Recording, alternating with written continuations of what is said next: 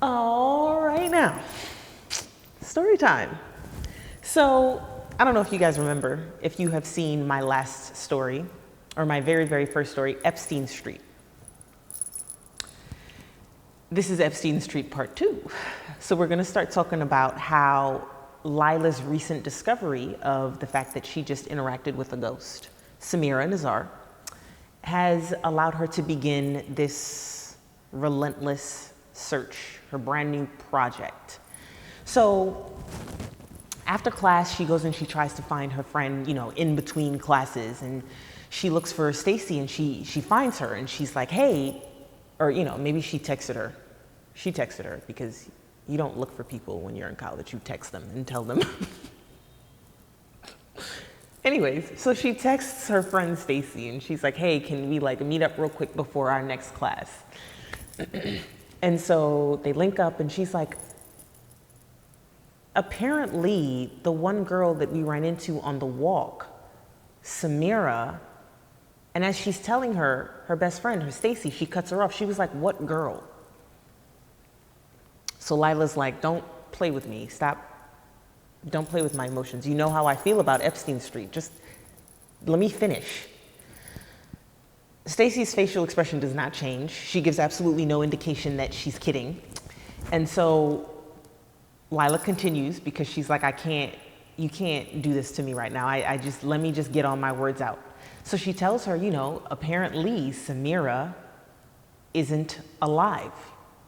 So Stacy's like, who's Samira? Who is that? Who are you talking about?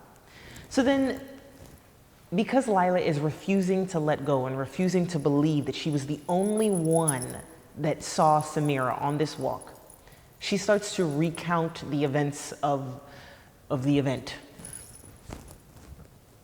And she says, the girl that we ran into while we were walking, she was a philosophy major. She said she was going to tutor me. So then Lila's like, okay. Stacy's like, wait, stop. You asked me to tutor you. I told you we can try, but this is how things like this always go. Our schedules do not mesh. They don't link up. We can never actually find time for me to effectively tutor you. That is how that conversation went. Who is Samira? So Lila pauses. She sort of gazes around, and she's legitimately starting to feel like she's losing her mind. She was like, I know there was someone else with us on that walk. So Stacy rolls her eyes and she was like, I am not doing this with you. You are about to make me late to my next class because of your ridiculous delusions about Epstein Street. I'm not doing this. I'm not playing with you. She was like, if you want, we can try the whole tutoring thing again. We can try it, but don't do this ghost shit with me, okay? So she leaves her there, standing in her confusion and her, I don't know, what's another good word for confusion? Her stupor. That is such an amazing word. So she leaves her standing there. And I guess Lila's just uncomfortable now. And she's refusing to take all these answers and just eat it and keep it moving. This experience isn't something that she could just be like, well, that's one for the books. She can't just let it go. So she's now decided internally to devote a little bit extra time to research, to finding out exactly what happened on Epstein Street, finding out who these people are, who passed away, and who is Samira Nazar. So after all of her classes, she goes home. She's, spending a great deal of time on Google. She's just, doing her research. And she finds this blog by this guy. His name's Roderick. And this blog is devoted to all of these, weird experiences on Epstein Street. And it's not necessarily surprising that she found something like this because there were so many rumors associated with Epstein Street in the first place. That's why she didn't even want to go that way. So she tries to find this guy on Instagram, Facebook, Twitter, TikTok, any social media, you name it. She has searched for this guy through and through. Nothing.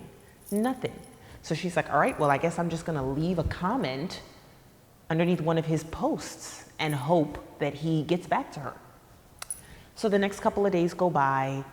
Of course, this entire experience is racking her brain, and she finally gets a response back from Roderick. And he doesn't give her any information. He doesn't give her any indication that he knows what she's talking about. He just offers to meet her at the local coffee shop. So she agrees. And she takes a moment here to think about what she's doing. She's like, I've never met this guy before. I have absolutely no idea who this man is. And here I am in the midst of my determination to meet him at a coffee shop. But whatever, you know, I'm not completely crazy. It's broad daylight. It's the middle of the day. There's going to be other people there. Whatever. So she meets him when the time comes. And as she's walking into the coffee shop, she's obviously looking for a guy who is alone. And she sees this older, not older, just older than her, with an unkept beard and, you know, long hair that's outgrown. He just sort of looks like he hasn't necessarily been taking care of himself. Not particularly given up on life, but a little, it looks like he's too young to look the way he looks. There you go. That's all I got. That's as descriptive as we are going to get about this guy. So she goes up to him and she says, Roderick? And he looks at her like, yes, as if he wasn't the one that offered to meet her there in the first place. So she's like, I guess I'll just sit down. Do you want coffee? And he's like, nah, I'm fine. So one of the lovely baristas, is it barista? That's how you say it? One of the lovely baristas comes up to her and asks her what she would like, and you know, she puts her order in and she sort of just sits there, and they sit there in silence, a little awkward. And so then she breaks the silence finally, and she's like, okay, so where do I start? What do you know? And he's like, no. You tell me what you know and we'll take it from there. So she recounts all of the events and everything that's taken place. And he stops her and he says, what's bothering me about this whole span of events is that you and your best friend took a walk down this street, and you are the only one that remembers this encounter with Samira. And she was like, yes, that's what I'm saying. That's exactly what I'm saying. It's driving me crazy. So he says to her, I have been trying to figure out what their motive is. And so she's like, who's they? And he was like, the people that passed away on Epstein Street, the history, the people that are driving the history behind Epstein Street. I'm trying to figure out what their motive is. And she's like, what do you mean? And so he says, obviously, these people would like to get the attention of specific people. And that's why you're the only one that remembers this encounter. So she was like, me? I didn't even want to go down there in the first place. I didn't want to take that street. I didn't want anything to do with Epstein Street. And so he shrugs and he's like, it doesn't matter. Epstein Street wants something to do with you. And I'm afraid you're already in too deep. So she pauses for a second. She looks around, because now she's starting to get a little bit more skeptical, and she's like, okay, this is all happening. This is all real. I'm sitting at a table at a coffee shop with Roderick. She asks the barista to come over, and she's like, can I ask you a question? And the barista's like, yeah, absolutely. She's like, can you see that guy, Roderick? And she looks at Roderick and she's like, yes, I can see him. And she's like, okay, cool, great. Have a great day. Obviously, she's paranoid. So moving forward, she asks Roderick, she's like, well, what do we do now? And he's like, we have to go back.